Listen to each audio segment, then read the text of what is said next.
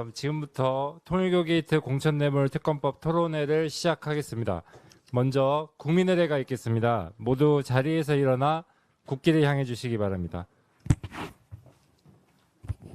국기에 대하여 경례.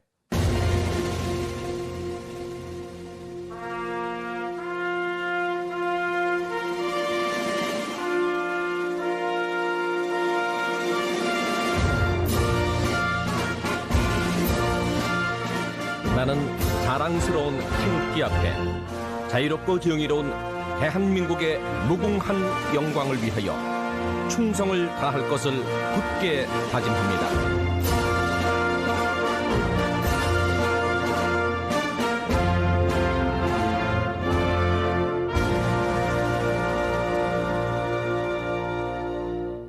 바로 이하 의식은 생략하겠습니다. 모두 자리에 앉아주시기 바랍니다.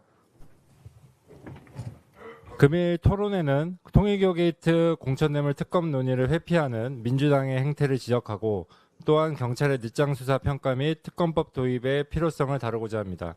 오늘 토론회는 세 분의 전문가 발제를 시작으로 자유로운 질의응답을 이어갈 예정이며 행사는 처음부터 끝까지 공개로 진행될 예정입니다. 참석자 여러분의 적극적인 관심과 참여를 부탁드립니다. 또한 바쁜 일정 속에서도 금일 행사에 참석해 주신 송원석 원내대표님, 정점식 정책위 의장님, 정의용 사무총장님을 비롯하여 유상범, 김은혜, 김영동, 신동욱, 정성국, 서지영, 강선영, 이철규, 박성민, 김종양, 김성교, 유용원, 임종득, 이다리, 김민전, 조승환, 김장겸, 이상희, 김석기, 이인선, 서범수, 이소희 의원님께도 진심으로 감사드립니다. 그리고 오늘 행사에 참석해 주신 외부 전문가분들을 소개해 드리겠습니다. 호명하시면은 큰 박수로 맞이해 주시면 감사하겠습니다. 먼저 임준태 동국대 경찰사법대학원 교수님 참석해 주셨습니다. 장영수 고려대 법학전문대학원 명예교수님 참석해 주셨습니다. 네, 최창호 법무법인 정론 변호사님 참석해 주셨습니다. 참석해 주신 모든 분께 진심으로 감사드립니다. 다음은 인사 말씀 순서입니다. 먼저 송원석 원내대표님 말씀을 듣겠습니다. 예, 반갑습니다. 국민의힘 원내대표 송원석입니다. 특검은 어떤 사건에 대해서 일반 수사기관으로부터는 공정하고 객관적인 수사를 기대하기가 어렵다고 판단될 때 요구되는 것입니다. 수사기관에게 공정하고 객관적인 수사를 기대하기 어려운 때가 언제냐? 바로 살아있는 권력에 대한 수사를 할 때입니다.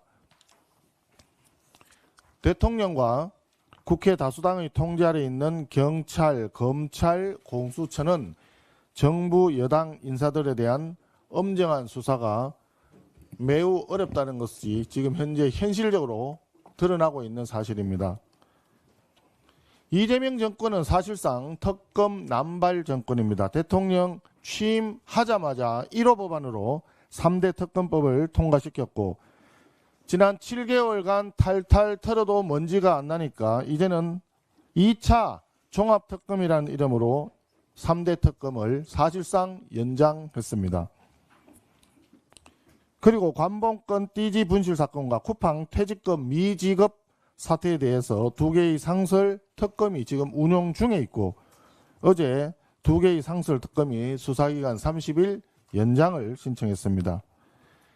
그런데 문제는 그중에 어느 하나도 실제로 살아있는 권력에 대해서 수사를 하는 특검은 없습니다. 죽은 권력을 부관 참시하는 특검만 잔뜩 만들고 잔뜩 운영하고 있는 것입니다. 정작 특검이 필요한 것은 통일교 게이트와 더불어민주당 공천 뇌물 카르텔입니다.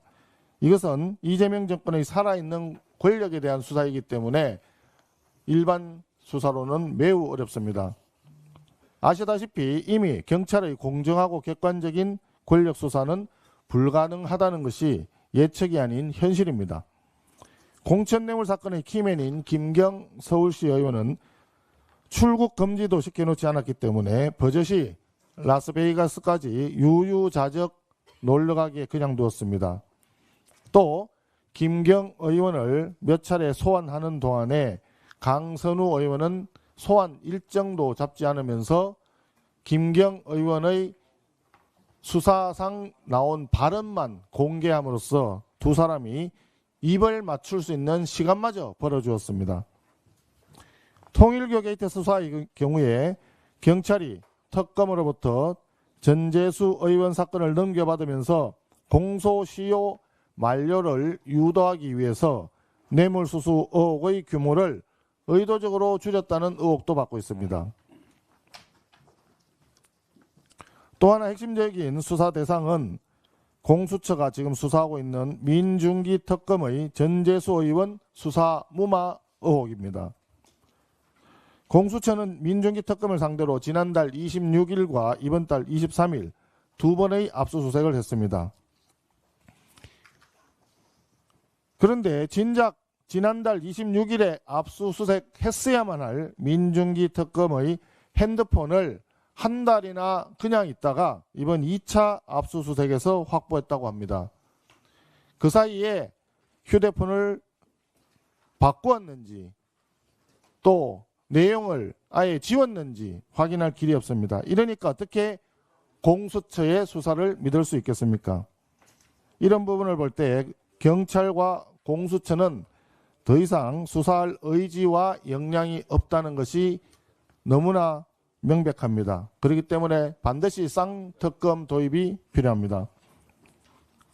쌍특검은 우리 정치에 검은 돈을 건절하고 클린 정치를 구현하기 위해서 반드시 필요한 부분입니다. 오늘 토론회에서 이와 관련된 좋은 의견들이 많이 나오기를 기대합니다. 이상입니다. 예, 정책위 의장입니다. 오늘 토론회에 함께해 주신 장영수 교수님 그리고 임준태 교수님, 최창호 변호사님을 비롯한 우리 의원님들께도 깊은 감사의 말씀을 드립니다. 어제 더불어민주당 김경 서울시 의원이 의원직에서 사퇴했습니다. 이를 지키고 많은 국민들께서는 이재명 정권과 더불어민주당이 또다시 꼬리 자르기에 나선 것 아니냐는 의문을 가질 수밖에 없었을 것입니다.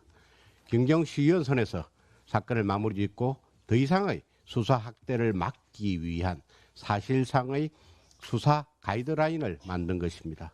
이는 김경, 강선우, 김병기 의원으로 이어지는 공천뇌물 의혹이 더불어민주당 전체를 흔드는 위험한 사안이라고 판단했기 때문일 것입니다. 전재수 전 장관의 최근 행태는 역시 국민의 분노를 키우고 있습니다. 통일교 금품 수수 의혹을 성실히 해명하기보다는 수사를 피해 정치 일정부터 제기하려는 모습을 보이고 있기 때문입니다. 이는 진실 규명에는 침묵한 채 대통령만 믿고 시간만 벌면 된다는 식의 버티기 전략에 들어간 것이라는 국민적 불신을 더 키우고 있습니다. 특검 없이 경찰 수사로는 금품 수수를 밝혀내지 못할 것이라는 오만한 인식마저 엿보입니다. 이런 상황에서 국민들은 구실 늦장 수사로 인해 비판받아온 경찰이 과연 권력 핵심부를 향한 수사를 제대로 해낼 수 있을지에 대해 깊은 의문을 가지고 있습니다. 민주당은 그동안 특검 거부의 본질은 수사방해이며 특검을 거부하는 것은 죄가 있기 때문이라고 주장해 왔습니다. 이 논리를 그대로 적용하면 지금 민주당이 통일교 게이트 특검과 공천뇌물 특검, 이른바 쌍특검을 거부하는 행위는 스스로 수사를 방해하고 있음을 인정하는 것이며 국민 앞에 죄가 있음을 자인하는 것입니다. 이제 민주당 앞에 선택지는 분명합니다. 쌍특검을 수용해 의혹을 투명하게 밝히든지 끝까지 거부하며 국민적 공분과 정치적 책임을 감당하든지 둘 중 하나입니다. 쌍특검을 거부할수록 의혹은 커지고 그 부담은 고스란히 더불어민주당과 이재명 정권의 몫이 될 것입니다. 이상입니다. 네, 다음으로 정의용 사무총장님 말씀을 듣겠습니다. 특검은 정치 보복의 도구가 아니라 살아있는 권력으로부터 진실을 밝히기 위한 최소한의 장치입니다. 장동혁 당대표의 목숨을 건 단식 투쟁은 민주당의 뇌물 공천과 검은 후원금이라는 악습을 끊어내야만 한다는 의지의 표현이었습니다. 저 또한 당 사무총장으로서 신뢰받는 깨끗한 정치를 위한 실천으로 지방선거에까지 국회의원 후원의 계좌에 입금을 정지하였습니다. 우리 당은 지난주부터 전국의 당원 동지, 국민 여러분들과 함께 다시 투쟁에 나섰습니다. 전국 각지에서 통일교 게이트 특검과 민주당 공천뇌물 특검을 촉구하는 1인 피켓 시위와 온라인 오프라인을 통한 1000만 서명운동을 전개하고 있습니다. 더욱 결집된 총력 투쟁을 위해 송원석 원내대표님의 주도하에 오늘 아침부터 국회 본청 앞에서 천막 농성에 돌입하였습니다. 오늘 이 토론회는 특검을 거부하는 민주당에 대한 분명한 경고이자 진실 규명을 더 이상 미룰 수 없다는 국민의 명령을 확인하는 자리라고 생각합니다. 민주당은 즉각 특검을 수용하고 진실 규명에 책임 있게 나서기를 다시 한번 촉구합니다. 끝으로 뜻깊은 자리를 만들어주신 송원석 원내대표님, 그리고 주관해주신 정점식 정책위의장님, 발제를 해주시는 임준태 교수님, 장영수 교수님, 최창호 변호사님, 또 항상 함께 치열하게 싸워주시는 참석하신 국민의힘 우리 당 소속 의원님들께 깊이 감사드립니다. 네, 감사합니다. 다음은 발제를 시작하기에 앞서 기념 촬영이 있겠습니다. 참석자분들께서는 앞으로 자리해 주시기 바랍니다.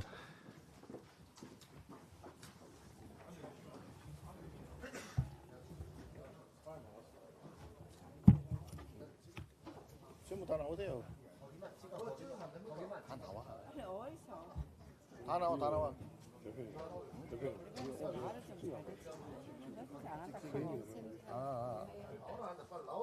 빨리 나오세요. 아 시간 그거 제한해야지 말고. 국방위원장 빨리 오세요.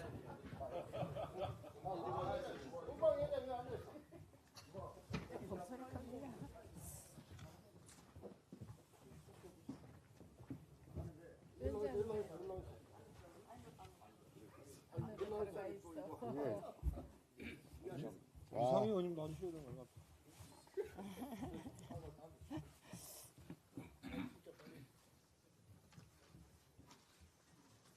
좀 이쁘게 잘 좀 찍어주세요. 파이팅 할까?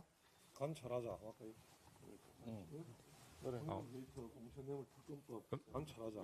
그럼 제가 행사명을 부르며 화이팅 해주시면 감사하겠습니다. 관찰하자. 이랍시다. 네, 관찰하자. 아, 네, 네. 바람이 잘 안 된다.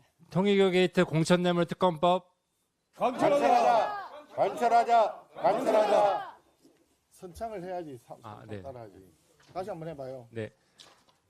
통일교 게이트 공천뇌물 특검법 관찰하자. 됐어요? 감사합니다. 네, 감사합니다. 잠시 자리 정돈을 마치는 대로 발제를 시작하겠습니다. 아이고 고생 많으셨습니다.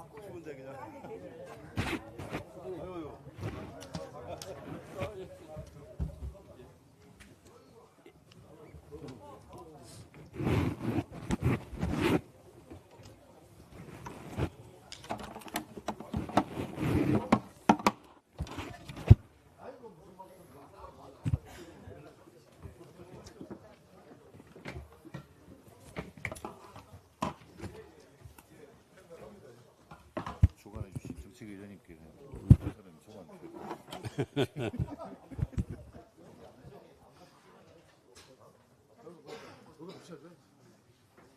아까 공개로 진행하시는 교수님들.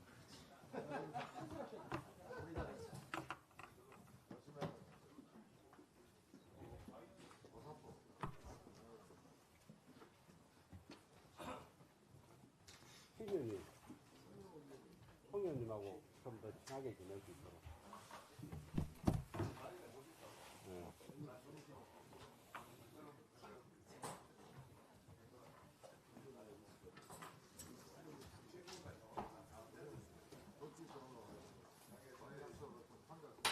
네.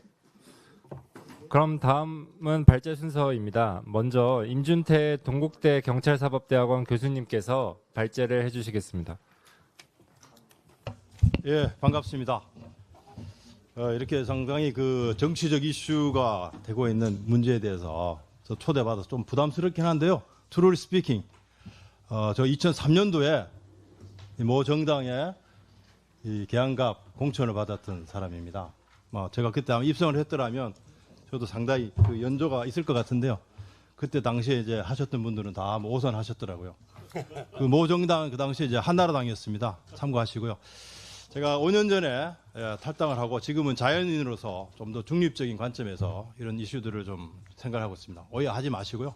제가 또 경찰 분야에 오랫동안 몸담았던 그런 연조를 해서 초대를 받은 것 같습니다. 제가 경찰대학을 졸업을 하고 제가 한국에서 공부하고 독일에서 공부하고 미국에서 공부하고 캐나다에서 살고 있습니다. 제가 결론부터 말씀드리면 살아있는 권력에 대해서 수사를 할 수 있다. 이건 상당히 우린 좀 어려운 일이죠.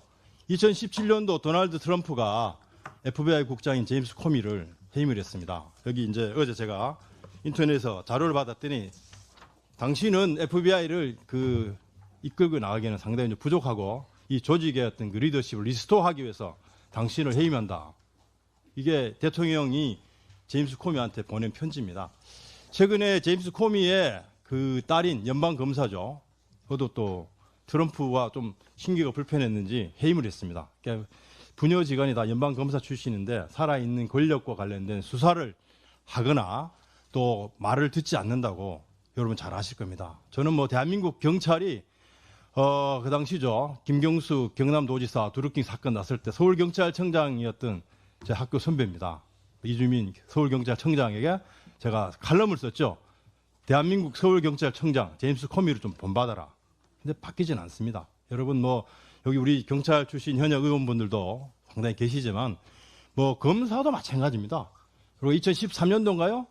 국감장에서 나는 사람한테 충성을 하지 않고 조직한테 충성을 한다라고 해서 국민들은 상당히 좋은 평가를 받았던 분이 지금 구치소에 있습니다.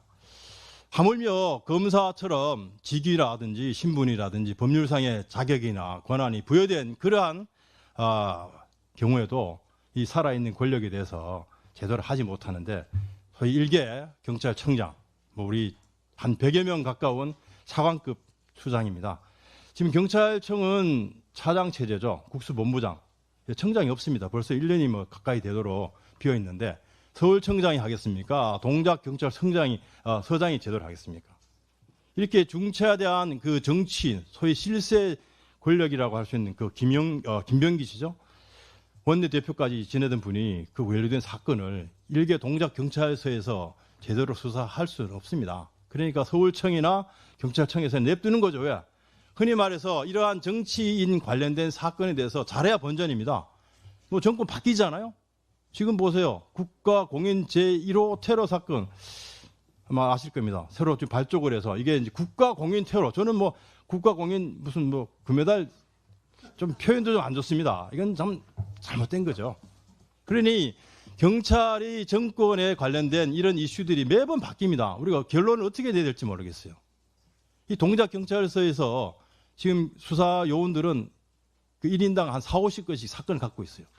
기본적인 민생 치안 업무에도 바쁜 이 사람들에게 이 무거운 짐을 주면 동작경찰서장이 제대로 할 수 있겠습니까? 그러니까 서울청장이나 경찰청 차장, 지금 대행처장이긴 합니다만 아마 보고 있을 겁니다. 보고는 받겠죠. 기본적으로 저는 저도 경찰인이었습니다만은 이런 중요한 사건일수록 하급 부서에 맡길 것이 아니라 경찰청이든 서울경찰청에서 책임지고 해야죠. 이 권력은요 10년이 아닙니다. 5년입니다. 경찰 관련해서 이런 좀 아쉬움이 있습니다. 그리고 우리가 지난 정권에 좀 아쉬웠던 게 경찰국을 신설해서 경찰을 통제하려고 의도가 그랬습니다. 이것도 사실 저는 좀 좋지 않은 관행인데 결국 지금 와서 다 원상 회복하고 그때 좀 불이익을 받았던 사람들은 명예 회복이 돼서 다시 그 자리를 갔습니다. 이런 사태를 보면서 한 14만 정도 되는 경찰이 지금 국민의힘 반성하셔야 돼요. 여기 지금 제가 아는 경찰 출신 의원분들도 계시지만 경찰국 신설에 가는 그 자체도 사실 경찰을 통제하기 위한 건데 통제도 제대로 못하고 그때 뭐라고 그랬습니까? 이상민 장관이 경찰관들 처우도 개선하고 앞으로 더 잘해. 아마 믿질 않습니다. 그러니까 아마 내심 물론 전부는 아닐 겁니다. 경찰관들도 아마 개개인으로 정치적 생각을 다 갖고 있거든요. 그런 관점에서 보면 결국 이 경찰에 대한 어떤 입법부에서의 정확한 가이드라인이 잘못된 거죠. 그래서 지금 결국 내심 아마 지금 상당수의 그 경찰관들은 국민의힘의 어떤 정책보다는 더불어민주당의 정책이나 어떤 그 프로그램에 대해서 더 우호적일 수 있습니다. 이건 뭐 어쩔 수 없습니다. 여러분들이 지금은 야당의 시절이지만 그때 좀 되도록 좀 경찰이 중립적이고 독립적인 그런 어떤 그 스탠스를 취할 수 있도록 좀 가이드를 했었더라면 아마 지금 이런 일로 특검까지 사실 경찰에 저는 뭐 능력이 없는 건 아니라고 봅니다. 핸드폰 뭐 이런 거 충분히 경찰은 이 포렌식 가능합니다. 문제는 의지죠. 의지가 없을 수밖에 없죠. 그리고 서장 입장에서도 눈치를 봐야 되고 또 뭐 지금 알려진 바로는 전화도 받고 아마 대한민국 경찰서장이 이 집권 정당의 실세로부터 했던 그 직간접적인 그런 연락을 받았을 때 과연 미국의 FBI 국장도 하지 못하는 이런 수사를 할 수 있겠느냐. 이건 사실 근원적으로 한국의 어떤 문제입니다. 저는 그래서 이번 계기로 해서 물론 뭐 경찰이 지금 수사를 늑장을 하고 또 실제적 진실 규명을 바라는 많은 부분에 대해서 이 제도로 하지 못하는 부분 분명히 또 역사의 평가를 받게 됩니다. 아마 또 시간이 지나면 이 사건 수사 잘못한 사람들 불려 나오겠죠. 그래서 저는 이번 기회에 경찰청도 이 경찰은 사실은 물론 대통령이 임명하는 이 보직이긴 하지만 궁극적으로는 국민을 위해서 법을 집행하는 기관입니다. 검사도 마찬가지죠. 검사는요 2024년 기준으로 53명이 차관급 대우를 받고 있습니다. 제가 독일에서도 공부를 했지만 대한민국 검사장은요 명함이 뭐라고 쓰냐면 바이스 미니스트라고 쓰더라고요. 차관급이라고. 여러분 알고 계시죠? 뭐 월급을 많이 주니까 그렇게 하는지 모르지만 그렇게 신분 보장과 법률적 권한을 부여하는 검사들조차도 이런 정권 관련된 수사에 미온적이고 또 이렇게 안 되니까 특검이 일어나는 겁니다. 우리 전 정권 보십시오. 김건희 여사와 관련된 사건에 대해서 여러분들 얼마나 방탄하셨습니까? 지금 뭐 다 밝혀지잖아요. 물론 뭐 또 지금 특검도 정치적 성향을 갖고 있으니까 또 비판을 받고 있습니다. 이게 계속 흔히 말하는 내로남불입니다. 이제는 우리가 국가기관이 더군다나 10월 달이 되면 이 경찰과 검찰 또 공소청 그다음에 중대범죄수사청이 생기잖아요. 그러면서 이 경찰의 위상이 달라질 수밖에 없고 많은 국민들은 경찰이 실력과 능력을 갖추어서 또 제대로 된 법 집행기관이 되기를 바랄 겁니다. 정치인이 연루됐든 일반 서민들에 관련되었든 경찰에 대한 기대가 커지고 있습니다. 저는 뭐 다른 부분에 대해서는 코멘트하기보다는 최하 우리가 다가오는 새로운 이 형사사법기관의 그 재편 시기에 제대로 된 어떤 그 방향성을 야당 입장이신 여러분들이라도 제대로 어떤 설계를 해서 다음 시대에 우리가 이러한 비슷한 시행착오를 겪지 않도록 어떤 입법자의 어떤 그 역할을 좀 해주시기를 바라고요. 참고로 지금까지 경찰의 이 늑장 수사는 당연히 뭐 저는 지적을 받을 수밖에 없습니다. 이 부분은 제가 뭐 입이 10개라도 제가 다른 표현을 하지 않겠습니다. 지금이라도 이 경찰청 차장 또 국가수사본부장 또 동작경찰서장 그리고 서울경찰청장은 이 임기가 수십 년이 아닙니다. 길어야 2년입니다. 정말 공직자로서 30년, 40년 근무한 이 경찰 간부들 이제는 대통령 물론 임명하셨지만 그래도 법을 집행하는 공무원으로서의 어떤 그 소신과 양심에 맞게 적절하게 신속하게 수사를 해서 그것이 어떤 정권의 유불리를 떠나서 대한민국 국민들에게 정확한 진실을 알려줌으로써 우리 국가가 서로 화합할 수 있는 계기가 되어야 됩니다. 지금 상당히 우리나라 국론이 거의 뭐 이분돼 있잖아요. 이건 저는 제가 볼 때 안타깝습니다. 이 부분들은 적어도 이 검찰이나 경찰이 그 역할만 제대로 한다면 상당 부분의 이 정치적 오해와 논란을 줄일 수 있는 그런 상황입니다. 그래서 여러분들도 이제는 유불리를 떠나서 이 특검이 필요한 건 저는 인정합니다. 그리고 검찰과 경찰 또 공소청 앞으로 이제 중소청까지 새로운 권력기관 재편 시기에 그 역할이 제대로 수행될 수 있도록 어떤 입법자의 역할을 정말 잘해 주실 바라고요. 마지막으로 그래도 앞으로 이 경찰이 이러한 사건 수사에 대한 장기적으로 중립적으로 독립적으로 잘 할 수 있기 위해서는 기본 베이스를 좀 갖춰줄 필요가 있습니다. 그래서 경찰청장을 윤석열 대통령이 취임 초기에 그런 표현을 하셨죠. 뭐 장관급으로 격상해서 치안 업무에 대한 어떤 그 위상 그거 아마 약속 지킨 게 없습니다. 아마 여러분도 아마 들으셨을 거예요. 그래서 제가 참 한국의 정치인들은 저도 뭐 오래전에 이 국회 정문까지 왔다 갔지만은 너무 약속을 안 지켜요. 그러니까 그때 아마 제대로 경찰에 대해서 그 위상을 세워줬더라면 이런 또 역사적 전철이 안 생길 수 있습니다. 하물며 차관급 대우를 받은 검찰도 이 권력 수사에 칼이 무뎌지는데 이 청장 한 명인 경찰청장만 바라보고 있는 14만 조직이 얼마나 권력에 휘둘리겠습니까? 흔히 이런 얘기를 하더라고요. 경찰은 낮게 낮춰놔야 부려먹기 쉽다. 참 이게 대한민국 21세기에 부끄러운 얘기죠.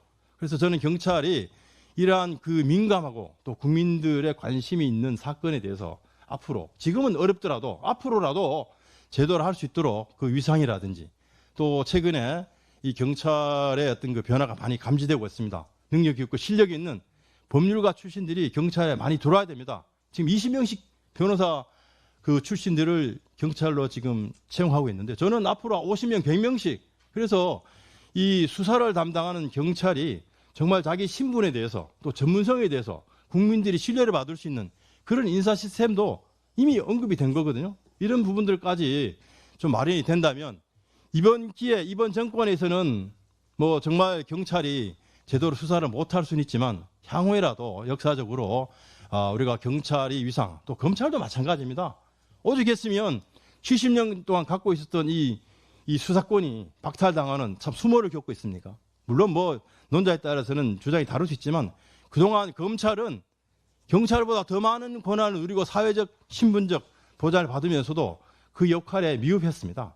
이제 남아있는 향후의 공소송 검사들 또 앞으로 발족하게 될 중대범죄수사청이나 국가수사본부 정말 시민과 국민들에게 부끄러움 없는 공직자로서 자기 역할을 좀 할 수 있도록 여러분들이 이 야당 입장에서라도 그러한 어떤 그 조직이 제대로 그 자리매김할 수 있도록 입법적으로 해결을 잘 해주시기를 바라고 앞으로 경찰은 더욱더 신념을 갖고 또 소신을 갖고 이러한 민감한 사안에 대해서 국민들의 그 비판을 받지 않고 정말 신뢰를 받을 수 있는 그런 새로운 모습으로 경찰이 노력해 주시길 저는 간곡히 부탁드립니다. 예, 감사합니다.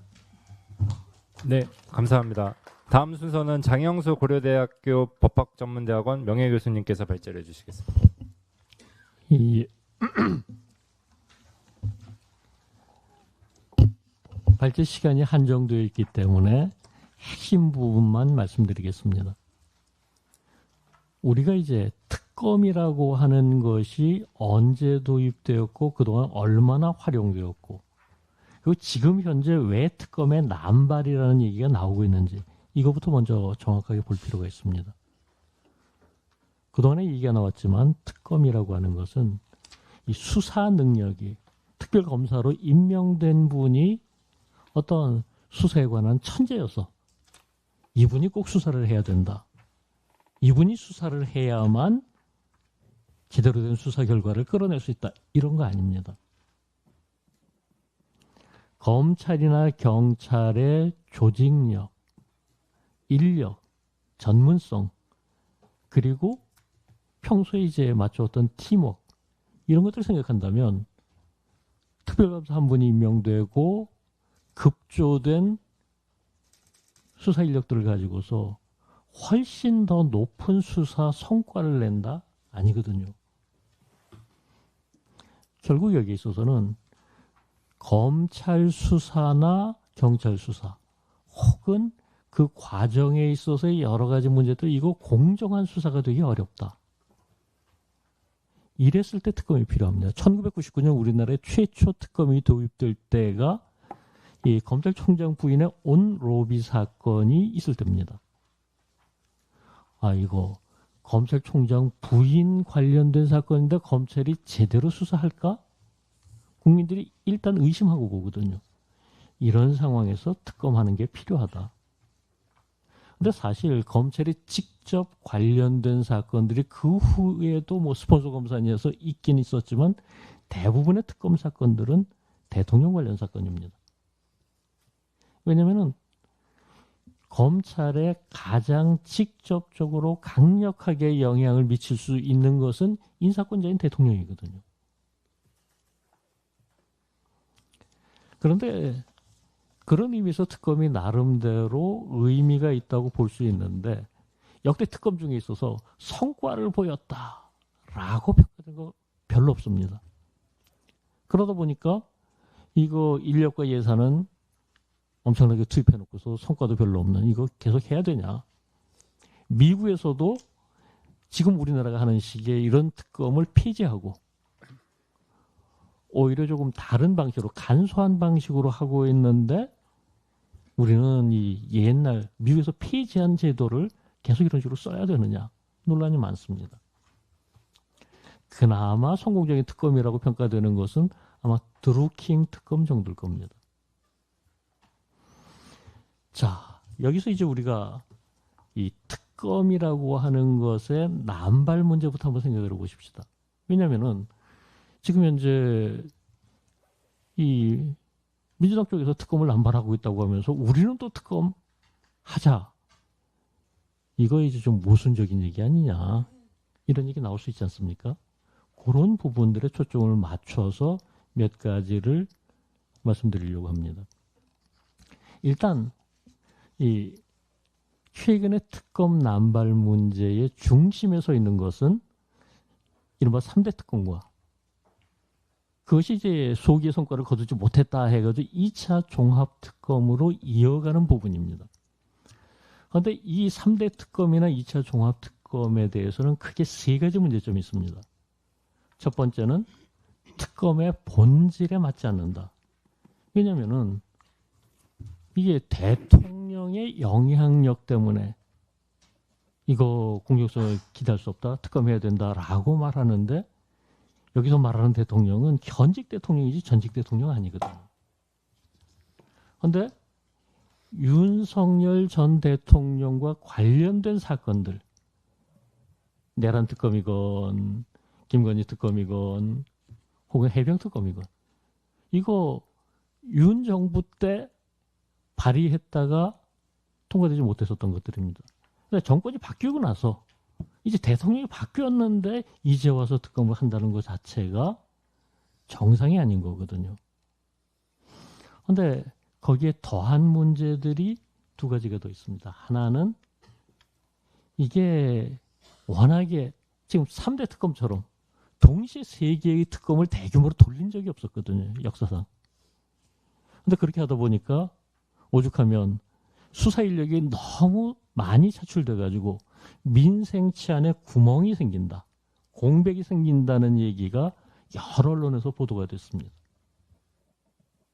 그러면은 이 3대 특검이라는 게 민생 치안의 공백을 감수할 만큼 중대하고 또 그만큼의 성과를 보였어야 됩니다. 근데 그렇지 못했거든요. 그리고 두 번째로는 지금 대미 관세 협상 과정에 있어서 3,500억 달러를 미국에 투자하겠다고 약속을 했습니다. 이 정부가 말하자면 이 대미 협상 과정에 있어서 뭐 스스로는 아주 성공적인 협상이었다라고 평가하지만 그 일 이후로 우리나라 환율이 계속 요동치면서 올라가고 있습니다.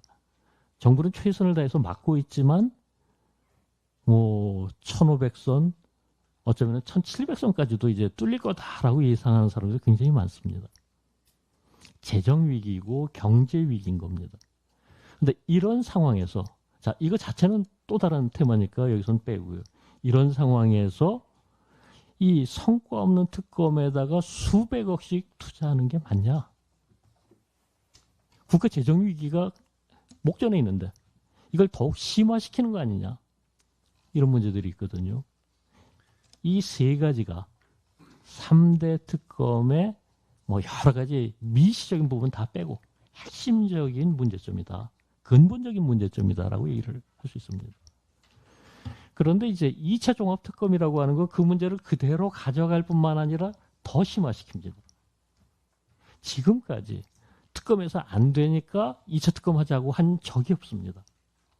그게 말이 안 되는 게 특검이라고 하는 건 공정성의 문제를 따져가지고 이거 특검으로 한번 해보자라고 한 거지.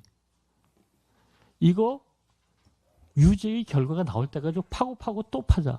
인디언 기우제 하듯이 하자. 이런 얘기 아니거든요.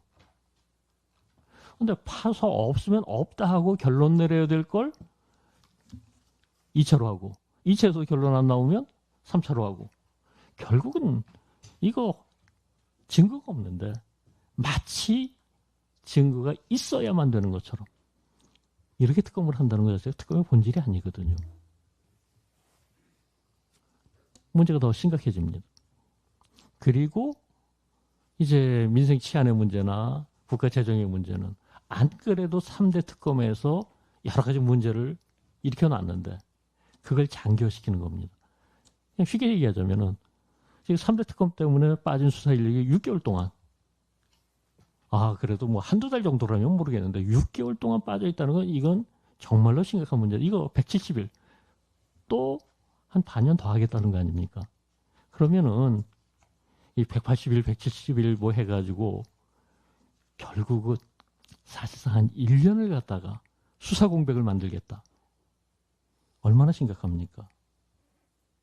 국가 재정의 부담은 그건 뭐 갈수록 더 커지는 거 뻔하고 더더군다나 하나하나의 3대 특검보다 훨씬 더 큰 액수를 예정하고 있습니다. 물론 3대 특검 전체보다는 작다라고 얘기할 수 있겠지만 그거 그렇게 간단한 문제 아닙니다. 여기서 우리가 쉽게 생각하자면 3대 특검이 가지고 있는 문제를 처음부터 우리가 피해갈 수 있는 예컨대 이거는 뭐 통일교 게이트나 공천뇌물이나 이런 거는 특검의 본질에 반하는 게 아니다. 이거야말로 특검해야 될 사항이다. 분명합니다. 그리고 거꾸로 얘기할 수 있는 건 자, 2차 종합특검까지 하면서 이걸 안 하겠다고 하는 건 도대체 뭐냐? 결국 특검이 객관적이고 공정한 게 아니라 정치적으로 이용되고 있다는 것밖에 안 되고 그거 어떻게 방어할 거냐? 그런데 두 번째, 세 번째 문제는 우리도 고민해야 될 부분입니다. 수사 인력, 국가 재정, 이거는 통일 특검이나 공천헌금 특검이라고 해가지고 피해갈 수 있는 문제가 아니지 않습니까? 뭐 3대 특검이나 2차 종합 특검이 그랬다 치면 니들은 왜 거기다가 밥숟가락 얹냐? 이런 얘기 안 나오겠습니까? 여기서는 제가 아까 그나마 역대 특검 중에서 가장 성공적이었던 것이 드루킹 특검이었다라고 말씀을 드렸는데 최근에 3대 특검이나 2차 종합 특검에 비하면 드루킹 특검이야말로 수사 인력이나 수사 기간이 최소였습니다. 그것은 뭐 배경 때문에도 설명이 될 수 있겠죠. 문재인 정부에서 가장 뭐 문재인의 후계자로 유력하다고 지목되던 사람 중에 하나였던 김경수 지사를 상대로 해서 특검을 하고 거기다 유죄 판결까지 얻어내는 이런 특검을 하는데 적극적으로 지원할 리가 없죠. 그때 수사기관이 지금 현재의 절반 수준이었습니다. 수사 인력은 절반도 안 됐고요. 그런데 가장 좋은 성과, 좋은 평가를 받았다. 앞으로 이 통일교 특검이나 공천뇌물 특검을 할 때 있어서 참고해야 될 부분은 결국은 기간을 길게 하고 숫자를 늘리고 하는 것보다는 그야말로 소수 정예로서 선택과 집중을 통해서 가장 핵심적인 부분만 제대로 파는 이런 특검 수사가 돼야 된다. 꼭 드루킹 특검만큼은 아니더라도 그때는 수사 인력이 100명도 채 안 됐었거든요. 그리고 수사기간은 90일밖에 안 되고 근데 그거만큼은 아니더라도 3대 특검, 2차 종합 특검보다는 수사 인력도 줄이고 수사 기간도 줄이고 하지만 전문성은 가장 확실하게 갖추고 이걸 제대로 할 수 있는 이런 특검을 만들어야 된다. 그리고 여기에서 이제 민주당이 특검을 추천하거나 국민의힘이 특검을 추천하거나 하면은 그거 가지고 또 여러 가지 얘기들이 있을 게 너무 뻔하니까 그런 전문가를 대법원장 혹은 대법원에서 대법관 회의에서 혹은 대한변협에서 복수 추천을 하도록 이렇게 하는 것이 가장 무리 없고, 저는 뭐 개인적으로는 대한변협에서 어떤 분이 이 분야에 있어서 수사 경험이 많은 베테랑 검사 출신인지, 이런 정치자금이나 뇌물 사건에 대한 베테랑 전직 검사를 최대한 선발해서 할 수 있도록 프로그램을 짜는 것이 가장 중요하다, 그렇게 생각을 합니다. 그리고 이제 마지막으로 한 가지 덧붙일 것은, 실제로 이런 것들이 특검법 안에 들어가야 되고, 그리고 그걸 위해서는 수사 대상을, 지난번 민주기 특검 같은 경우에 있어서 무슨 인지사건 해가지고서 엉뚱한 짓 하다가 결국은 또 편파 수사 논란까지 이제 빚고 그랬는데, 그거 다 필요 없고, 지금 말씀드렸던 그런 것들과 엮어서 얘기를 하죠. 수사 대상을 선택과 집중을 통해서 최소화하되 거기에서는 확실한 성과를 낼 수 있도록 이렇게 하는 것이 최선이다. 그리고 그 모든 것이 특검법에 반영될 수 있도록 하고, 이게 왜 반영돼야 되는지를 언론의 협조를 얻어서 국민들이 공감할 수 있도록 이렇게 만드는 것이 현재 민주당의 반대를 뚫을 수 있는 가장 강력한 수단이 아닐까 생각합니다. 이상 발표 마치겠습니다. 감사합니다. 네, 감사합니다. 발제 마지막 순서로 최창호 법무법인 정론 변호사님 발제해 주시겠습니다. 네, 반갑습니다. 최창호 변호사입니다. 앞에서 좋은 말씀 다 해주셨기 때문에 저는 제가 배포해 드린 보고서를 중심으로 말씀드리겠습니다. 현재 우리나라는 통일교 게이트와 공천 뇌물 의혹이라는 유례없는 국기 문란 사건에 흔들리고 있습니다. 그럼에도 불구하고 순치된 현재의 수사 시스템만으로는 이러한 상황에 적절하게 대응하지 못하고 있기 때문에 이와 같은 토론회가 개최된 것으로 알고 있습니다. 독립적 전면적인 진상규명에 나서야 하는가 여부에 대한 당위성에 대해서 헌법적, 제도적 관점에서 검토해 보고자 합니다. 특검이라는 것은 잘 알다시피 살아있는 권력에 대한 수사가 어렵기 때문에 순치된 수사 시스템이 아닌 독립된 수사기구에 의해서 정치적 중립성을 담보하기 위하여 이루어지는 제도라고 할 것입니다. 그래서 수사의 성역을 탑하고 독립된 지위에서 이런 제도를 운영해 왔는데, 현재까지의 특검법은 우리나라에 여러 개 있었는데 20개는 안 되지만 한 처분적 법률이었다고 보여집니다. 특검에 대한 비판도 많이 있어서 결국 정치적 흥정의 대상이 되었다라는 비판이 있기도 하지만, 현재 통일교 게이트라든가 공천 헌금 관련해서는 살아있는 권력 그 자체가 수사의 대상이 되었기 때문에 이러한 구조적 한계를 극복하기 위한 최후의 보루로서 꼭 필요한 것이 아닌가 하는 그런 생각이 듭니다.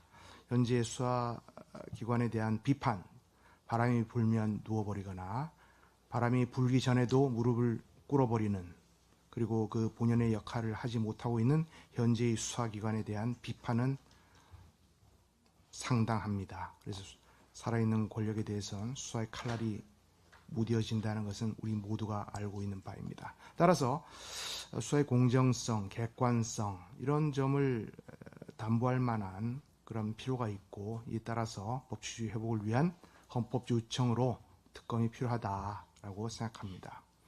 현재 10월 되면 검찰은 사실상 명패를 내리고 공소청으로 변모할 예정이고, 이를 대체해야 할 만한 경찰은 아직까지 그에 상응한 능력을 보여주지 못하고 있다고 생각합니다.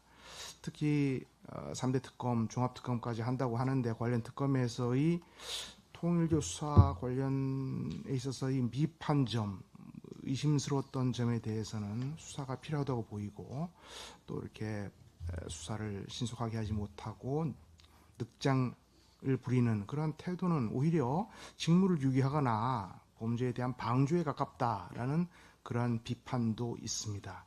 인사권에 종속되어 있는 현재 수사 종사자들이 정권의 눈치를 보느라고 과연 변호사 자격이 있는 검사들도 바람 불면 누워버리는데 경찰 수사로서 이러한 중요한 살아있는 권력에 대한 수사가 제대로 될 수 있을 것인가. 사실은 경찰 입장에서는 굉장히 뜨거운 감자가 아니라 할 수 없습니다.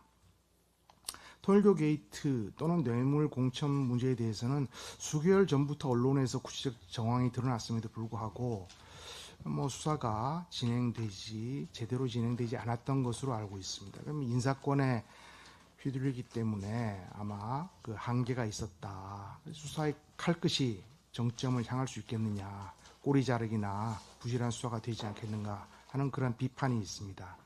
그 수사라는 것이 공정하게 돼야 되는데 현재 수사 시스템은 정치적 영향력에 상당히 취약하지 않은가 그런 생각을 하게 됩니다. 현재 종교단체, 정치권, 공천 로비, 자금, 그와 같은 이런 여러 가지 요소가 카르텔을 이루어서 문제를 발생하고 있기 때문에 우선 통일교 게이트를 보면 특정 단체, 종교단체의 돈이, 자금이 정치권 핵심부로 흘러 들어갔다. 또 선거 과정에 조직적으로 개입했다 하는 이런 의혹을 받고 있고, 거액의 현금, 명품 시계, 이런 내용이 언론에 드러나고 있습니다. 아마 관련자들의 혐의가 2018년경에 있지 않았는가, 말경에부터 시작된 것으로 보이는데, 그렇다면 이게 공소시효가 5년이니까 작년 12월 말에 공소시효가 도과한다라는 것은 수사를 조금 해본 사람이면 누구나 알 수 있는 그러한 사항입니다.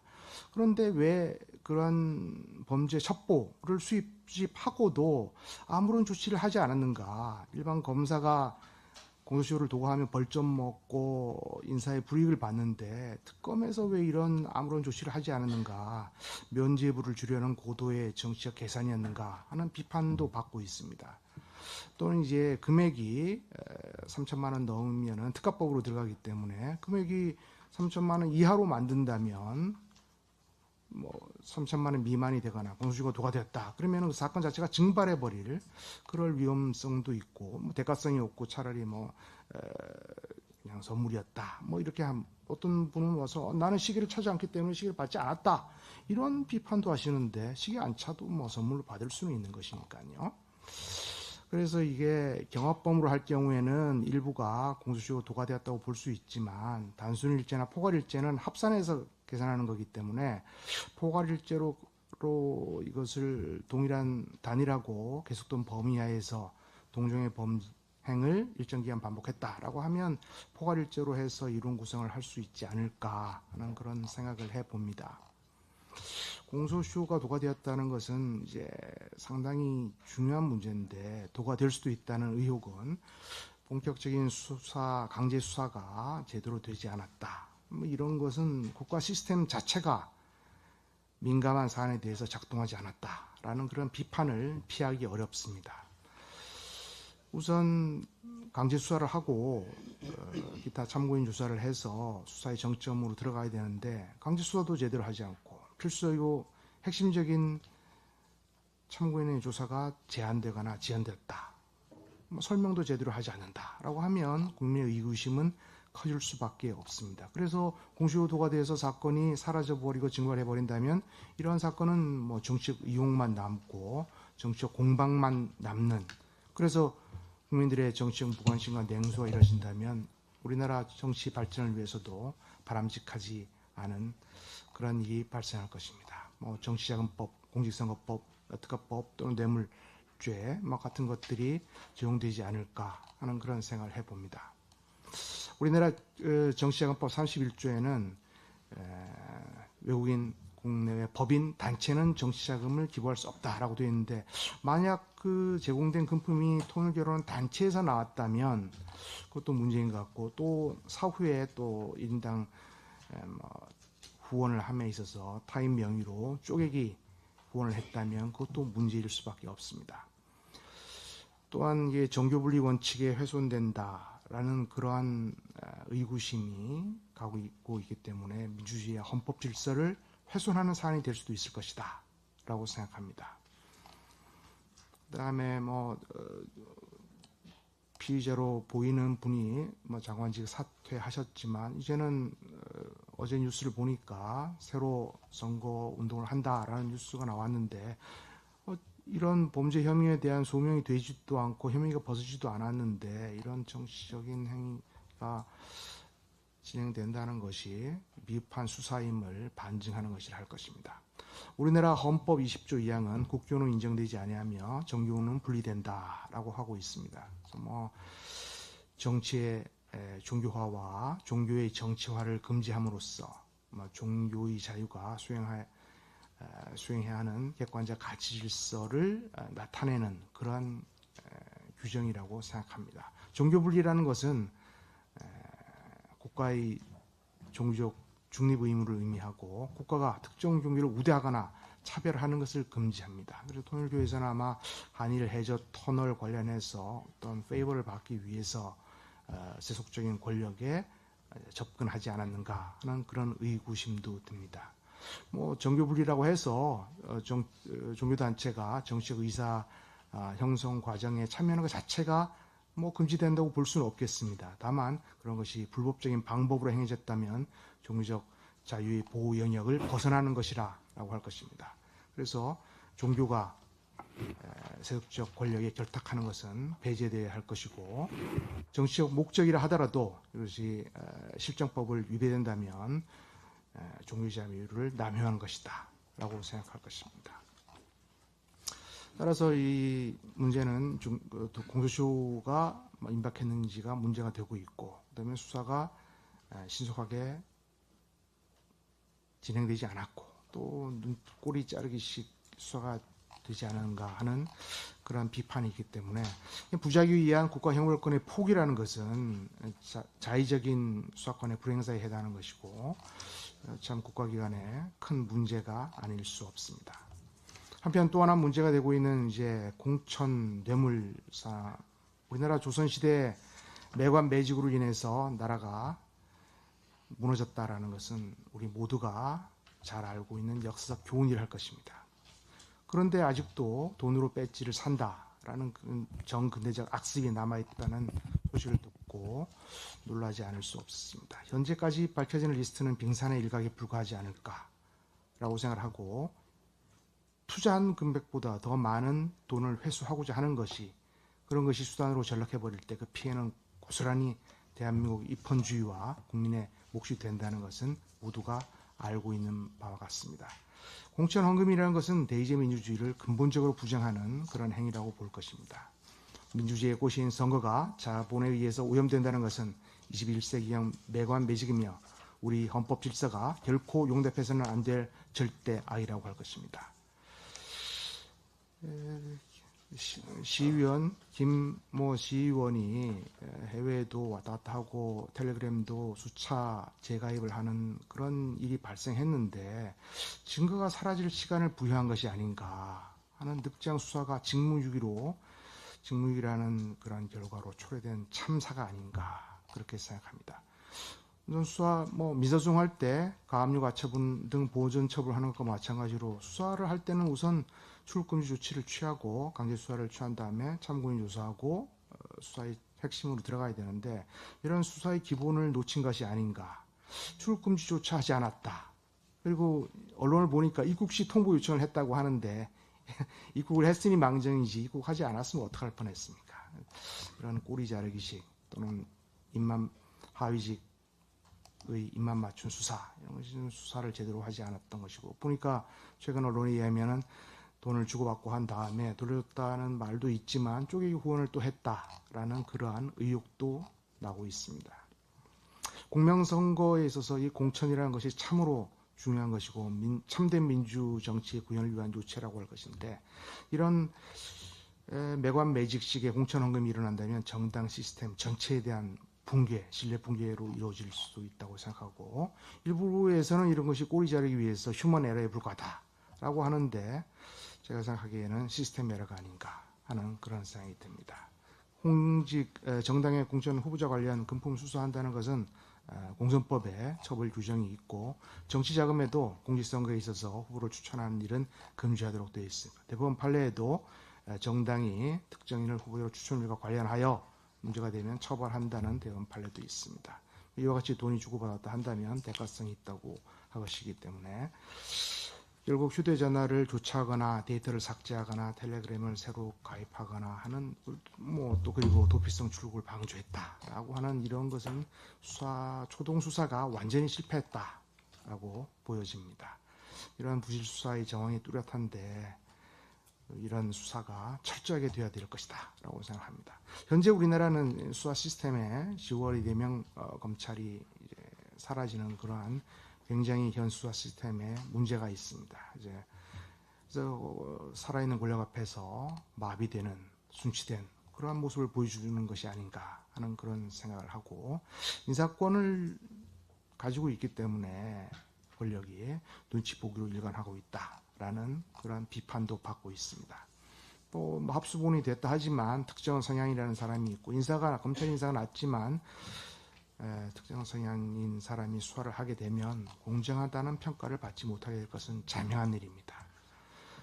특히 현직 또는 유력 정치인이 연루되어 있고 종교단체와 정치권의 관계라는 민감한 부분이기 때문에 과연 현재의 수사팀이 공정하게 수사를 철저하게 할 수 있을 것인가 하는 그런 의문이 들지 않을 수 없습니다. 따라서 이런 사건은 일반 검경이 수사하는 것보다는 살아있는 권력에 대한 수사이기 때문에 인사권에 종속되지 않은 특검에서 하는 것이 바람직하지 않겠는가 하는 것이 대부분 사람들의 생각입니다.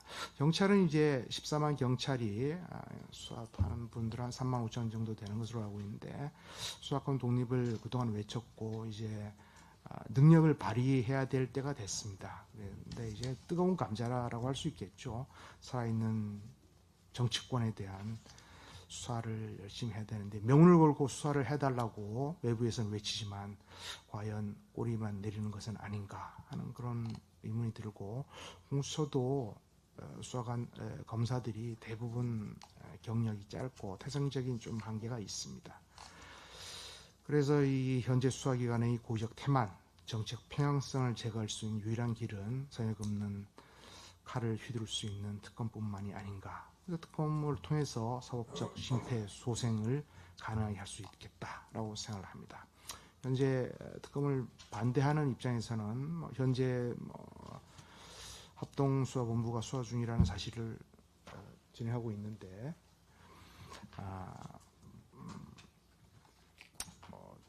명운을 걸고 수사해 주기를 바랍니다. 그리고 과도한 인력이 들어간다는 비판, 신천지도 끼어들어가야 된다는 비판이 있지만 특검을 하고자 하는 것은 법시 생존의 문제라 할 것이고 수사기관이 권력이 방패가 되는 순간 지휘법권의 정글이 될 수밖에 없는 그런 문제가 있습니다. 그래서 저는 소박하게 토론회가 이렇게 크게 될 줄 모르고 개인적으로 이런 살아있는 권력에 대한 수사는 특검이라는 제도를 통해서 진실을 규명해야 된다. 이런 소박한 생각을 가지고 발표문을 적었습니다. 이상 마치겠습니다. 감사합니다. 네, 감사합니다. 다음은 질의응답 순서입니다. 발언하실 참석자분께서는 마이크를 켜고 자유롭게 발언해 주시면 감사하겠습니다. 예, 제가 먼저 잠깐 말씀드리겠습니다. 우선 경찰 수사의 한계 그리고 그동안 보여왔던 검찰 수사의 한계 등에 대해서 지적을 해주신 우리 임준태 교수님과 최창호 변호사님께 감사의 말씀을 드리고 특히 이제 이 특검은 언제 실시되어야 하는가에 대해서 적확하게 지적해 주신 장영수 교수님께 또 감사의 말씀을 드립니다. 여러분께서 토론자 세 분께서 말씀을 하셨듯이 지금까지의 특검은 살아있는 권력 그리고 대선 장관 특검과 같이 소위 이 정치권 양쪽을 겨냥을 할 때 항상 특검을 도입을 했습니다. 왜 그러냐면 그 당시까지만 해도 수사의 주재자라고 형사소송법에 규정되어 있던 검찰에 대해서 인사권을 말씀을 하셨습니다만은 인사권뿐만 아니라 법무부 장관의 수사 지휘권까지 부여되어 있기 때문에 이런 경우엔 권력을 향한 수사, 정권을 잡고 있는 측에 대한 수사의 경우에는 이런 소위 그 위험을 사전에 방지하기 위해서 특검을 통해서 수사를 실시를 해왔습니다. 그런데 이제 소위 3대 특검, 종합특검의 경우에는 본인들이 권력을 가지고 있고 야당을 향한 수사였기 때문에 이거는 특검을 도입할 필요가 없었던 거죠. 그렇지만 이제 그 우리가 이 특검 수사 과정에서 봤듯이 매일매일 브리핑하면서 야당에 대해서 공격을 하기 위해서 특검을 했던 것은 아닌가라는 생각을 가지게 됩니다. 저희들이 그 지금 이야기하고 있는 통일교 특검이라든지 소위 공천뇌물 특검의 경우에는 그게 어느 쪽으로 특히 통일교 특검의 경우에 어느 쪽을 향하게 될지는 모른다. 다만 지금까지 거의 대부분 통일교와 관련해서는 특검에서 수사를 했으니 남아있는 것은 민주당이다. 그렇기 때문에 특검을 해야 된다. 신천지 특검? 그래, 처음에는 도대체 물타기라고 해서 이걸 거부를 했지만은 신천지 특검도 해도 좋다. 다만 두 개의 특검을 동시에 가동시키자. 신천지 특검과 통일교 특검을 동시에 가동시켜가지고 어느 쪽이든 각자가 제한된 수사 범위 내에서 마음껏 수사를 하게 해라. 그게 우리 당을 향한 칼날이어도 좋다라고 해서 이 소위 2+1 특검을 저희들이 계속 이야기를 하고 있는 겁니다. 그런데 민주당은 지금 경찰의 수사 상황에서도 보듯이 이거 가만 놔두면 통일교와 관련된 전직 해수부 장관의 사건은 안 하고 그냥 그 수십 년 전에 있었던 신천지와 관련된 소위 입당 의혹 이런 것만 수사를 집중하고 있기 때문에 어찌됐든 특검을 통해서 이걸 밝혀야 된다. 우리가 이 2+1 이 소위 쌍특검을 주장하는 이유는 단 하나입니다. 정치권에 만연한 것으로 알려진 특정 또 정치인과 관련된 정치와 관련된 검은 돈을 이번 기회에 뿌리채 뽑자라는 취지에서 이렇게 양특검을 주장하고 있는데 여기에 관해서 세 분께서 좋은 말씀 해주셔서 대단히 감사합니다. 우리 또 의원님들 혹시 의원님들이나 위원장님들 질의하시면. 제가 최창호 변호사님께 하나 여쭤보고자 합니다.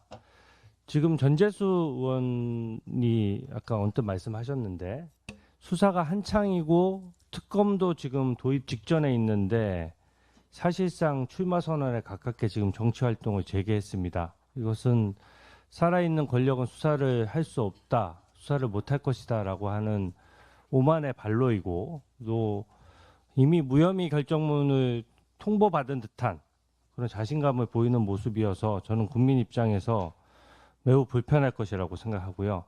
특히 민주당 김병기, 강선우, 이춘석 의원들 다 공통점이 있습니다. 다 국민들 앞에 버젓이 비리 의혹이 터지고 한참 시간이 지났는데도 탈당이나 제명을 통해서 권력을 잃었을 때만 수사 강도가 높아지는 것이 딱 보여집니다. 그래서 정치 상황에 따라 수사 강도가 달라지는 것이기 때문에 저는 이게 법치주의에 굉장히 위협적이라고 보는데 변호사님의 견해를 좀 듣고 싶습니다. 그렇습니다. 뭐 옛날에 선거사범 수사를 하더라도 대검 공안부에서 총괄적으로 지휘할 때는 여야의 뭐 입건수를 뭐 비슷하게 한다거나 그런 면이 있었다고 보여집니다. 그런데 이번 정권에서는 3대 특검, 권력을 잡은 측에서 3대 특검을 했고 또 종합 특검을 하고 특검이라는 제도 자체가 원래 살아있는 권력, 공정성을 이 담보되지 않은 그런 수사기관에 의한 수사를 막고 공정하게 수사를 하기 위한 것인데 그런 수사가 제대로 되고 있지 않다는 점에서 저는 뭐 이번에 뭐 통일교 특검이나 통일교 사건이나 또 공천 뇌물 사건 이런 것들은 특검으로서 해야 국민적 의혹이 밝혀질 것이라고 생각하고 권력을 가지고 있는 사람들에 대한 수사가 제대로 되고 있지 않은 상황에서 마치 무혐의가 된 것처럼 또 무죄를 받은 것처럼 정치 활동을 하는 것이 정치로 이상 맞는가 하는 데서 의구심을 갖고 있기 때문에 특검으로서 밝혀야 된다 이런 입장을 가지고 있습니다.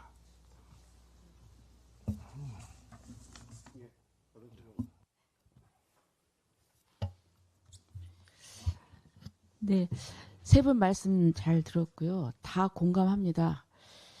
근데 이제 제가 결국은 저희들이 논리적으로나 뭐 여러 가지 상황적으로나 다 당연히 특검을 해야 되죠.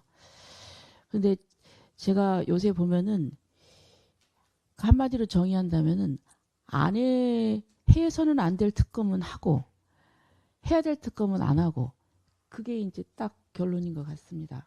그런데 지금 이제 가장 성공적인 특검은 이제 드루킹 특검이라고 말씀을 하셨는데요. 이제 이 드루킹 특검, 그러니까 결국은 이제 특검 수용 의사가 있느냐 없느냐거든요. 근데 드루킹 특검의 경우에는 왜 수용 의사가 있었느냐면은 제가 지금 추론을 해보건데 특검해도 자기들한테 좀 불이익한 게 없을 거다는 생각이었을 겁니다. 왜냐하면 드루킹 특검이 처음에 발단이 된 것은 추미애 의원이 당이 고발을 했거든요. 그러니까 자기네들도 모른 거예요, 이게. 사실 이게 자기네 그 내부의 그 잘못이었는데. 그래서 이제 거기다가 김성태 그 당시 원내대표가 목숨을 걸고 이제 단식하고 하니까 뭐 그렇게 해서 나올 게 있겠나 하는 그런 안이한 생각으로 했는데, 그리고 또 그 당시 특검을 두 사람을 추천을 했어요. 하나는 허익범, 하나는 임 대검 차장이었는데, 근데 그 두 사람이 성향이, 허익범은 굉장히 좀 합리적이고 온순하고 그다음 대검 차장을 했는데 그 사람은 엄청 상당히 공격적이었어요. 그러니까 문재인 대통령이 일부러 허익범을 이제 낙점을 한 겁니다. 그런데 의외로 이 허익범이 꼼꼼하게 수사를 했어요. 그래가지고 검찰이나 경찰에서 수사하지 않은 파주 창고를 털어가지고 거기서 결정적인 단서를 잡아내가지고 결국은 김경수가 이제 낙마를 이제 하고 구속되고 이렇게 됐죠. 그래서 결국은 왜 이 사람들이 지금 특검을 안 하려고 하느냐? 약점이 있는 거예요. 아주 결정적인 약점이 있어요. 지금 공천 뇌물 비리는 김병기가 엄청난 증거를 가지고 있을 거고, 그다음에 통일교 같은 경우도 상당히 지금 자유롭지 못한, 그래서 지금 결사적으로 모르는 척하고 그러는 겁니다.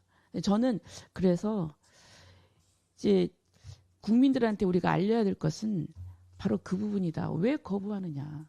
너희들 뭐 약점 분명히 있다. 이제 그래서 이렇게 거부하는 것이다. 그걸 어떻게 국민들한테 좀 대대적으로 홍보를 하면서 이제 그렇게 우리가 그 거리 홍보나 이런 부분을 좀 해야 될 것 같습니다. 네. 이상입니다. 우리 당이 너무 착한 것 같아요. 우리 당이 너무 착해요. 자, 이름이요. 우리는 공천 뇌물. 자, 여야에 혹시 문제 있으면 우리 당도 깨끗하다 털자. 공천 뇌물이라는데요. 저 강선우, 김병기 뇌물 특검 이렇게 붙여야 됩니다. 통일교, 전재수 통일교라고 붙여야 됩니다. 전재수는 온데간데 없어졌습니다. 우리가 이들이 얼마나 고약하냐면, 이 사건은 사실 전재수가 4천만 원 플러스 명품 시계 2개로 터져 나온 것이고, 정교 불린이 이것보다는 사실은 해저 터널이라는 어떤 정책적 사안에 대해서 받은 것이기 때문에 뇌물로 의율할 수 있고, 이쪽으로 포인트를 맞춰야 되는데 통일교를 꺼내면서 갑자기 신천지를 가져왔는데요. 저는 민주당이 저렇게 하는 것은 결국은 종교의 자유의 침해로 갈 거라고 봅니다. 왜냐? 엊그저께 이재명 대통령이 아주 묘한 말을 했어요. 저 이단에 대해서 우리가 들여다봐야 된다. 종교 지도자들 다 모아놓고 그거 해야 된다라는 동의도 받았습니다. 그런데 최근에 이런 말을 했어요. 어떤 목사가 설교를 하면서 이재명이 죽어야 나라가 산다고 얘기를 한다. 이런 목사는 지나친 거 아닙니까?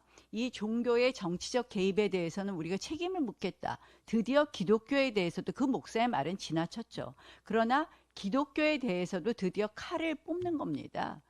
결국 저희가 신천지 부분 이든 통일교든 다 하는 거 좋은데, 이것이 정교 분리 이쪽으로 가면서 전재수는 사라져 버렸다.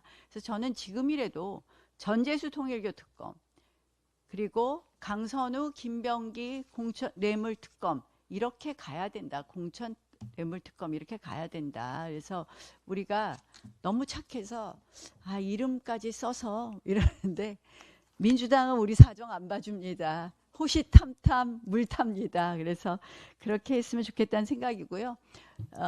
그때 드루킹은요, 홍영표 원내대표가 단식 중에 당선이 됐습니다. 그러니까 홍영표 원내대표가 본인이 이제 원내대표가 새로 됐으니까 뭔가 이 문제를 풀고자 이렇게 해서 그때는 사실 뭐 자기들로서도 진실을 몰랐던 것도 있지만 홍영표 원내대표가 그 김성태 원내대표의 단식 중에 교체가 됩니다. 그쪽이 원내대표. 그러면서 본인이 처음에 통 크게 한번 받은 건데 그때 이제 엄청 당한 거죠. 그래서 본인들이 이렇게 당한 기억이 있어서 안 받아주려고 하기 때문에 저희는 조금 너무 일반론으로 가서 우리 깨끗하니까 털어봐 이거보다는 얘네들이 진짜 나쁜 거를 더 좀 뭐 아프게 찝고 그렇게 포커싱을 조금 더 좁히면 좋겠다라는 생각입니다. 예, 감사합니다. 예, 대전 대덕구 당협위원장 박경호입니다. 우리 임준태 교수님한테 여쭤보려고요. 그 오늘 발제 제목이 경찰서의 독립성과 전문성 이대로 좋은가? 이 의미는 경찰이 아직 전문성과 독립성이 없기 때문에 특검이 필요하다 그런 취지로 저는 이해를 했는데 맞습니까? 예, 저는 뭐 전문성 면에서는 100점은 아닌 것 같고요. 예. 의지 면에서는 상당히 뭐 낙제점이라고 보여집니다. 예, 제가 말씀드리고 싶은 게 지금 이춘석 차명계좌, 양평면장 독직 가혹행위, 대장동 항소 포기 사건, 김병기, 김영지, 김현지 공천 뇌물 비리, 전재도 통일교 게이트 이 모든 수사가 지금 경찰이 수사를 하고 있는데 아직까지 제대로 된 게 하나도 없어요. 결국 늦장 수사가 문제고 일선 제가 변호사를 하면서 경찰 수사를 쭉 보면은 일선 민생 수사는 어떻게 하느냐? 이 수사관들이 수사 경찰관들이 격일제 근무를 해요. 사실 그렇게 하면 수사 언제 합니까? 그리고 이 수사하는 경찰관들한테 무슨 데모하다 하면 막 동원이 돼요. 그러니까 수사가 1년, 2년, 3년 걸리는 겁니다. 검사가 보안 수사하면 자기 기준이 안 맞는다고 아예 방치해 버립니다. 그래서 이것이 처우 개선도 좋고 청장을 차관급을 장관급을 하다 그건 뭐 저는 뭐 말하지 않겠습니다만은 그렇게 처우를 잘해준다고 해가지고 일선 경찰 수사 시스템이 바뀌어지는 건 아니거든요. 그래서 이것을 단시간 내에 고칠 수 있는 방법은 수사 지휘권 보장뿐이 없습니다. 그죠? 지금 몇 개 주문만 고치면 돈도 안 들이고 지금 검찰이 보안 수사 지시를 하더라도 지금 뭐 그냥 1년, 2년 가니까요. 그러니까 3개월 내에 빨리 해서 보내라 그러면 그런 지휘권이 있어야지 그게 명의되는데 지금은 전혀 그런 게 없습니다. 수사권이 독립됐기 때문에. 그래서 아까 뭐 경찰의 처우 개선도 좋지만 전문성, 독립성 뭐 이런 것도 다 좋지만은 우선 당장 민생 범죄 또 이런 어마어마한 부정부패 사건에 대한 제대로 된 수사를 하게 하려면은 검사들의 수사 지휘권을 좀 복귀시키는 게 어떠신가 그런 거에 대한 의견 좀 한번 말씀해 주시면 좋겠습니다. 예, 저는 뭐 검찰 쪽에도 많이 관련된 어떤 그 학회 활동도 하고 또 독일이나 미국이나 공부하면서 이 제도는 상당히 그 좀 양극화되어 있습니다. 사실은 이게 역사적으로 보면 1985년도에 영국 경찰은 수사권, 기소권을 가지고 있다가 86년도부터 이 기소청을 만들었거든요. 그러니까 한국의 검찰이 걸어왔던 길과 영국 경찰이 비슷합니다. 그래서 이것은 사실 저는 뭐 보안 수사 요구권이냐 또 보안 수사권이냐라고 하는 것도 지금 아직 정리가 안 됐거든요. 향후에 저는 뭐 경찰이 이 권한이 많이 늘어나고 또 그 부분에 대한 어떤 국민적인 어떤 통제 이런 것이 부족하다면 적어도 이 기소 단계에서 기소를 원활하게 제대로 하기 위해서는 검찰이 사법경찰에 대한 수사에 대한 그 미진한 부분에 대해서 분명히 짚고 넘어가야 됩니다. 사실 캐나다 같은 경우도 이 검사가 직접 수사하거나 피의자나 피고인 또는 참고인 조사도 하지 못하도록 했습니다. 그런데 할 수 있는 게 뭐냐? 이 사건을 송치한 사법경찰에 대한 리콰이어먼트라고 그러죠. 수사에 대해서 부족해서 내가 기소를 그러니까 경찰과 검찰이 독일이나 뭐 미국 마찬가지면 사실 협력 관계가 많아요. 왜? 경찰은 열심히 해서 내가 열심히 해서 이 진실을 밝히기 위해 사건은 검사가 기소를 잘해야 된다. 근데 이제 미국에서는 검사가 기소를 잘하려면 경찰 단계에서 이 증거 수집이 완벽하고 또 95%의 이 합리적 의심이 들지 않을 정도로 입증을 해야 되니까 경찰과 검찰은 서로 필요하다고 보는데 우리는 지금까지 여기 우리 저 계시지만 경찰과 검찰이 협력 관계가 안 해요. 아직까지. 그래서 이거는 차후에도 이 양 기관이 정말 실체적 진실 발견을 위해서 형사사법기관이 협력하고 또 검찰이 기소를 잘하기 위해서 미진한 부분에 대해서는 분명히 어떤 그 법적인 장치가 저는 필요하다고 봅니다. 저는 상명하복 관계는 이제는 좀 바뀌어야 된다고 보고요. 그거는 뭐 구시대적인 어떤 접근식이라고 보여. 서로의 역할이 다릅니다. 수사를 잘하고 또 그걸 기반으로 해서 기소를 잘하는 이 기관이 필요한 거죠. 그러니까 미국의 그 경찰이 이제 불만이 갖고 있는 게 뭐냐? 열심히 수사를 했는데 플리바겐이 다 풀어져 버립니다. 그러니까 미국은 오히려 경찰이 검찰에 대해 불만을 갖고 왜 우리가 열심히 했는데 너희가 마음대로 그 재량권을 발휘해서 다 문을 닫아버리냐. 그러니까 오히려 우리는 앞으로 이 경찰도 자기가 수사한 결과에 대해서 제대로 받으려면 검사하고 협력을 해야죠. 그리고 그 부분에 부족한 게 있으면 저는 당연히 보충하고 보완도 해야 된다고 보여집니다. 예, 뭐 지금 예. 예, 우리 장영수 교수님께 지난 우리 항소포기 대장동 사건 항소포기로 사실은 국민적 공감이 커졌고 우리 당에서도 이거에 대해서는 전면 우리 문제 제기라고 나섰는데 지금 최근에 그 김용이라는 사람은 대장동 사건의 2심에서 유죄 판결을 받고 구속돼 있다가 보석으로 나와 있단 말이에요. 그런데 지금 뭐 돌아다니면서 출판 기념회를 한다.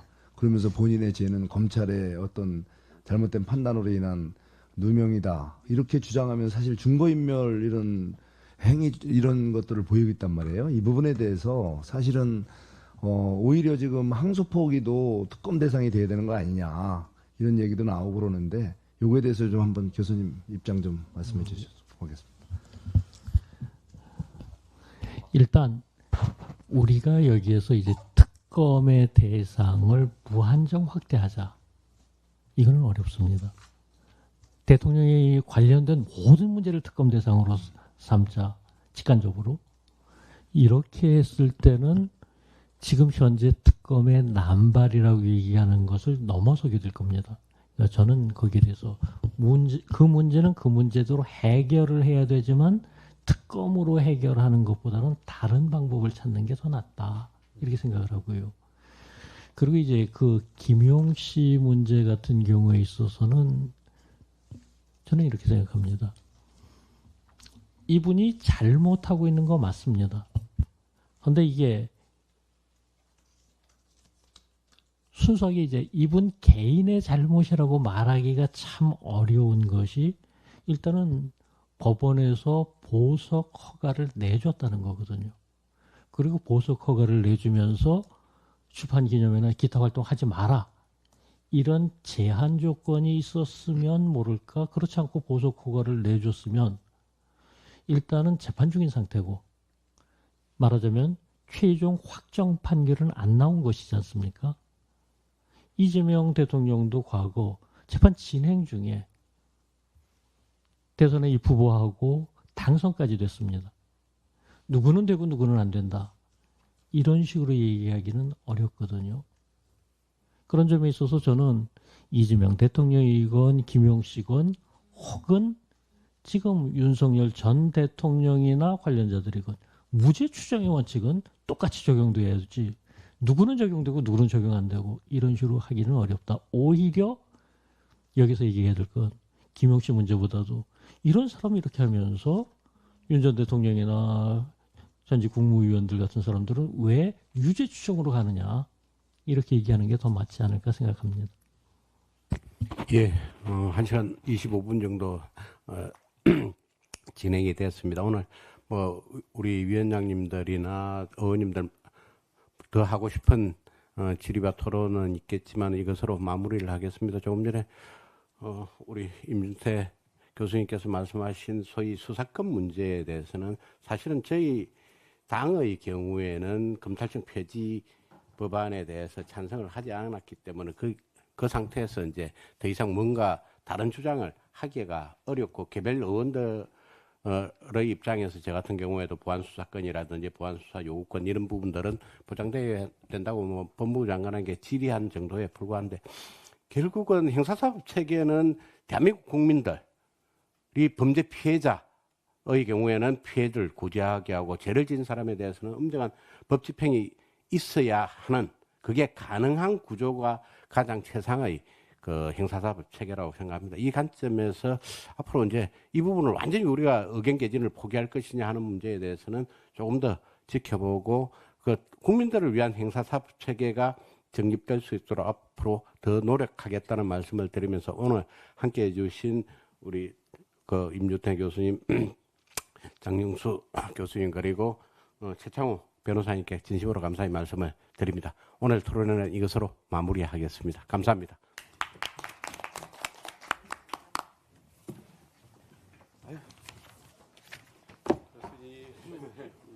제가 정치를 하게 되다 보니까 정치가 교수님 뵙게 돼서 좋습니다.